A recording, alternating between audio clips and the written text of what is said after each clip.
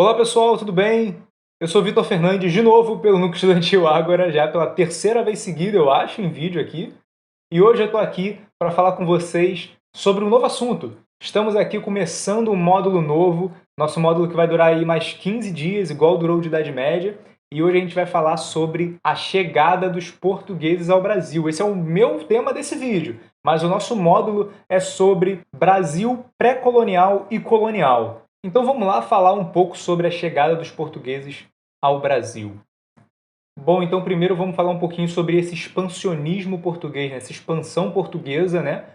Que começou lá no século XV e continuou por muito tempo. A expansão correspondia aos interesses de muitas classes, né? Os comerciantes, primeiramente. Cara, para os comerciantes, você expandir para outros lugares, etc., isso é mais negócio, né? Mais dinheiro. Beleza, próximo. O rei. O rei, cara, era uma oportunidade de ter novas fronteiras, aumentar território, aumentar rendimento, né? Porque novos lugares podem trazer novas riquezas. Os nobres e os clérigos, como bons católicos, queriam mais era levar a palavra do Senhor para aqueles povos bárbaros dos locais, né, que seriam explorados pelo expansionismo português. E é claro, a nobreza com essa expansão ganharia novas terras. E para o povo também era vantajoso. Por quê? Lançar-se ao mar, né, cara? Emigrar, sair daquele local onde o sistema já te incomoda, é opressor. E, pô, o tédio do século XV. O que se tinha para fazer no século XV?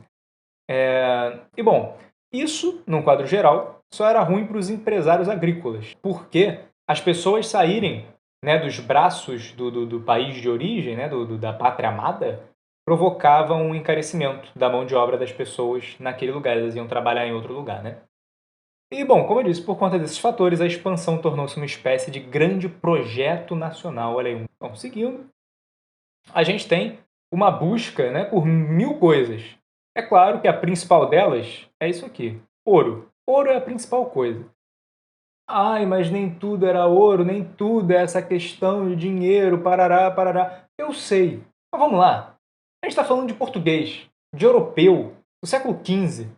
Eles querem ouro, eles querem dinheiro. Ah, mas e as especiarias? Isso também é dinheiro.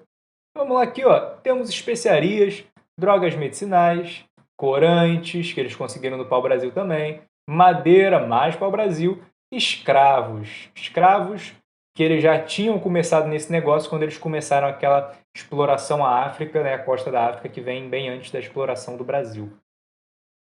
E a gente tem também busca por nova descoberta e aventura, e um asterístico aqui.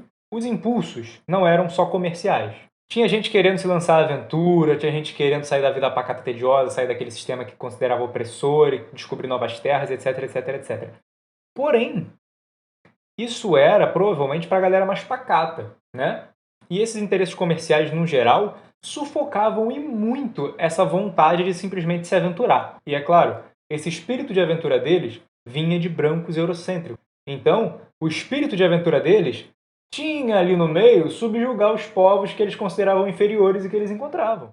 Bom, aí a gente tem a chegada dos portugueses ao Brasil. Primeiramente, antes deles chegarem em si, a gente não tem como ter certeza de que a frota do Cabral foi rumo ao oeste, no caso, ao Brasil, por acaso. Né? A história que a gente conta para as crianças. Ah, o mar, por acaso, não sei o que, levou o Pedro Álvares Cabral para o oeste, foi, chegou no Brasil, esbarrou no Brasil. Beleza. O intuito da frota do Cabral era chegar até a Índia, do mesmo jeito que o Vasco da Gama havia feito já.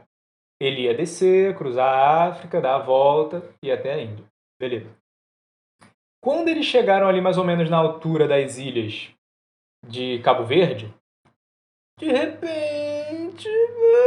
repente, eles começaram a arrumar para o oeste, aonde ficava o Brasil. Eles toparam com o Brasil aqui, né? Agora, isso foi de propósito? Isso não foi de propósito? Já era um plano eles virem para o Brasil? Teoria da conspiração? Sei lá.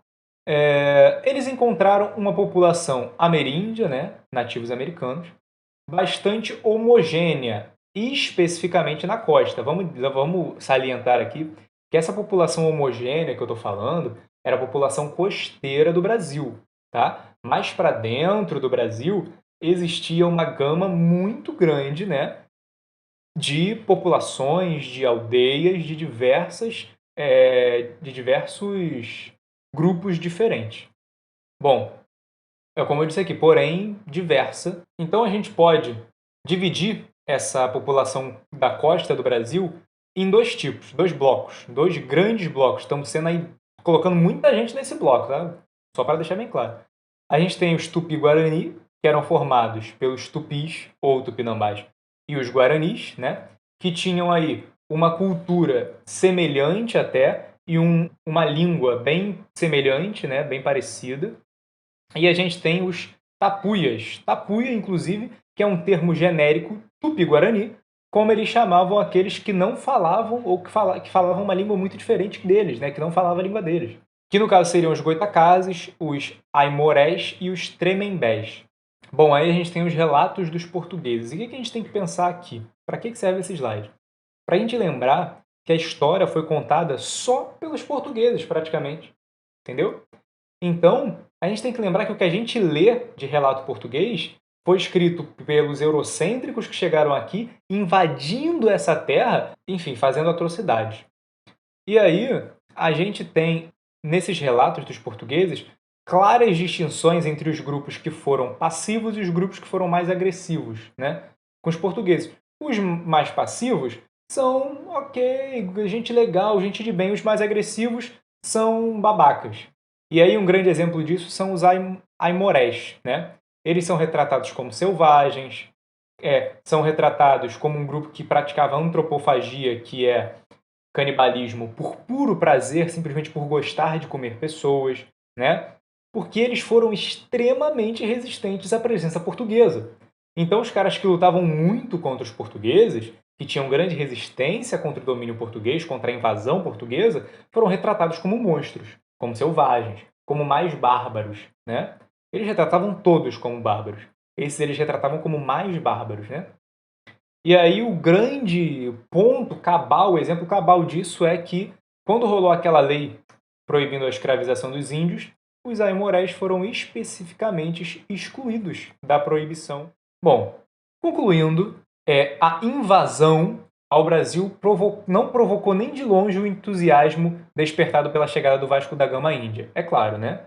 Até porque quando chegaram aqui não encontraram nada além de árvore e nativo. Não tinha tesouros aparentes, né? Eles não ligaram muito para o Brasil durante uns 30 anos. Bom, os contatos entre os europeus e os ameríndios não foram todos pacíficos, como muita coisa por aí faz a gente pensar, né? Quando chegou o momento em que os portugueses tentaram escravizar os nativos, aí, meu amigo, houve uma resistência enorme, que não costuma se falar sobre, tá? Houve sim troca de pau-brasil por bens que não eram importantes para os portugueses. Porém, madeira era um bem abundante, era algo comum. Então, pensa no Brasil em 1500. A madeira dava para dar e vender. E é isso que eles fizeram. Eles trocaram por coisas que para eles eram irreais, que eram novas, que eles nem entendiam direito como funcionava. E o que a gente já sabe, que é óbvio, que a população local sofreu uma enorme violência cultural, física, de todas as formas possíveis, né? E que, quando os portugueses chegaram, haviam milhões de índios vivendo no Brasil. Não se tem um número exato, né? Não tem como a gente saber exatamente quantos índios haviam no Brasil.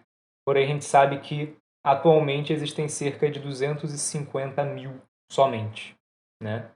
Esse número eu acho que já diminuiu até, e ele vem diminuindo a cada dia, né? Esse número ele vem diminuindo a cada dia, porque parece que acabar com a vida, né, nativa desse país é um esporte, né, atualmente. Para o agronegócio, para os políticos, para tudo, né, para o governo atual em si, parece que é uma brincadeira acabar com vidas indígenas, acabar com territórios indígenas, né? E, bom, nossas referências, né? História concisa do Brasil e o sentido da colonização, que está dentro da formação do Brasil contemporâneo, tá? Fica aí as indicações de leitura também das nossas referências. E é isso. Muito obrigado por assistir. E esse é o nosso módulo de Brasil colonial e pré-colonial que está começando agora, hoje. E vocês não vão ver minha carinha em vídeo durante um tempo, tá? Então, um beijo. Até daqui a um tempo, que eu vou ficar um tempo sem gravar vídeo, tá? Deixar avisado que já foi 3 seguidos, muita coisa pra minha cabeça, tá bom? Ah, e não se esquece de compartilhar, de dar joinha se você estiver no YouTube, de curtir se você estiver no Instagram, esse tipo de coisa, tá? Manda pros outros que vai ser legal. Todo mundo gosta, vai ser maneiro. Faça isso, tá bom? Muito obrigado, pessoal. Até uma próxima.